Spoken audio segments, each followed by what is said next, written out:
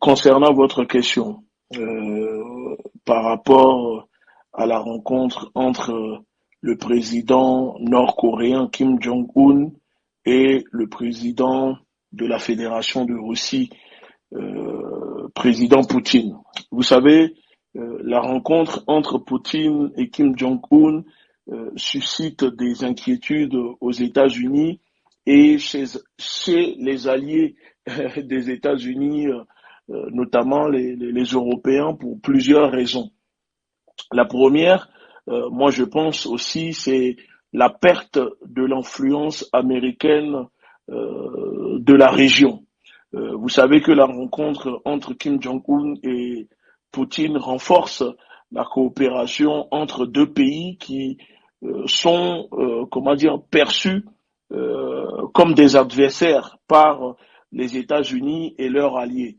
Donc cela pourrait potentiellement mettre fin, diminuer l'influence américaine dans la région et remettre en question l'équilibre de pouvoir existant. Et la deuxième raison pour moi, il y a aussi la menace comme ils aiment le dire, selon les Américains, la menace pour la sécurité sur le plan nucléaire. Parce qu'on sait aujourd'hui que la Corée du Nord est devenue une puissance nucléaire, donc la Corée du Nord est déjà une source d'inquiétude pour les États-Unis et ses alliés en raison de son programme nucléaire qui déplaît fortement à l'impérialiste américain. Donc tout accord entre Kim Jong-un et Poutine pourrait donner à la Corée du Nord un soutien diplomatique et une légitimité supplémentaire, ce qui pourrait, si on observe bien, affaiblir les efforts internationaux et surtout les efforts des États-Unis visant à mettre fin au programme nucléaire de la Corée du Nord. Donc il y a ça, et aussi on peut parler d'impact sur les alliances régionales, parce que les États-Unis ont des alliances stratégiques avec plusieurs pays de la région qui sont des colonies. Il faut dire les mots comme ils font, comme disons les choses comme elles sont. Donc, on peut citer tels que la Corée du Nord et le Japon, qui sont préoccupés par l'influence croissante de la Russie et le renforcement des relations entre la Russie et la Corée du Nord.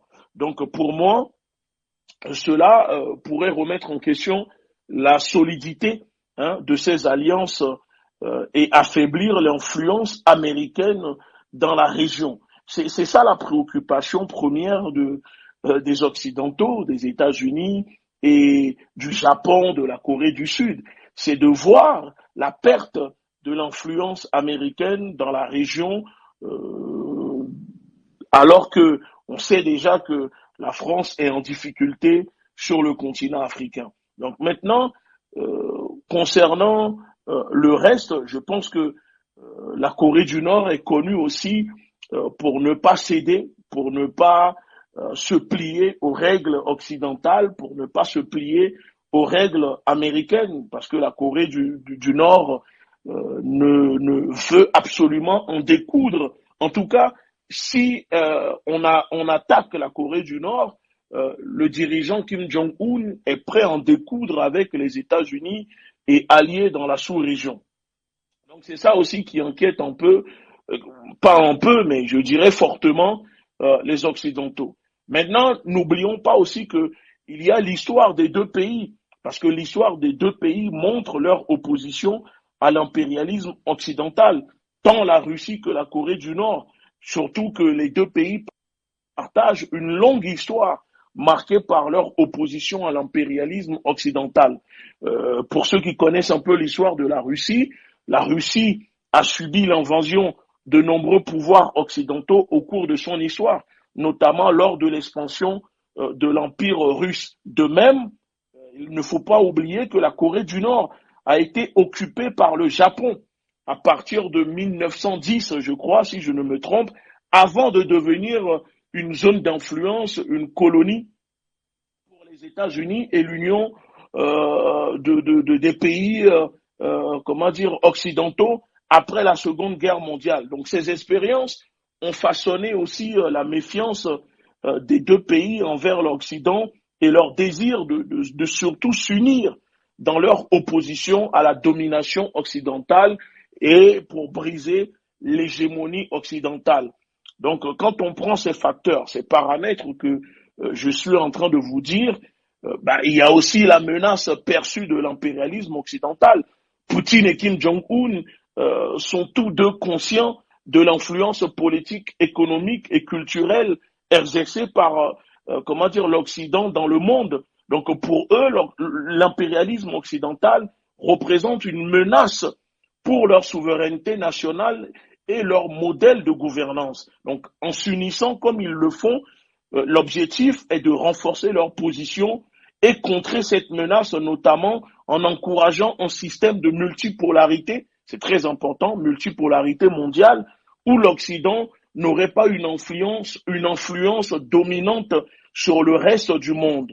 Donc, la coopération économique et militaire entre la Russie et la Corée du Nord a également est une façon pour eux de briser cela. Donc la Russie a été un partenaire commercial et militaire important aussi pour la Corée du Nord.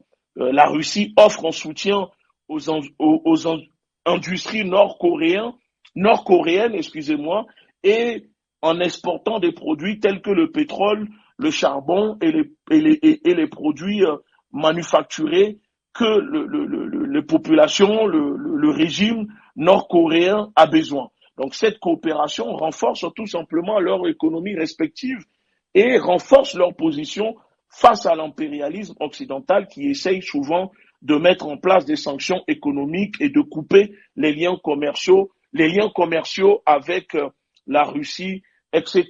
Et pour finir, je dirais aussi que c'est aussi une façon de porter la voix commune dans les affaires internationales. Donc la rencontre entre Poutine et Kim Jong-un est comment dire, un événement et également un moment où les deux dirigeants peuvent exprimer leur opinion commune dans les affaires internationales, parce que les deux dirigeants partagent une vision similaire de l'ordre mondial et ont souvent exprimé leur soutien mutuel face aux actions de l'Occident. Donc cette coopération renforce leur statut sur la scène internationale et leur donne une voix commune pour s'opposer aux décisions unilatérales prises par les puissances occidentales en tête par les États-Unis.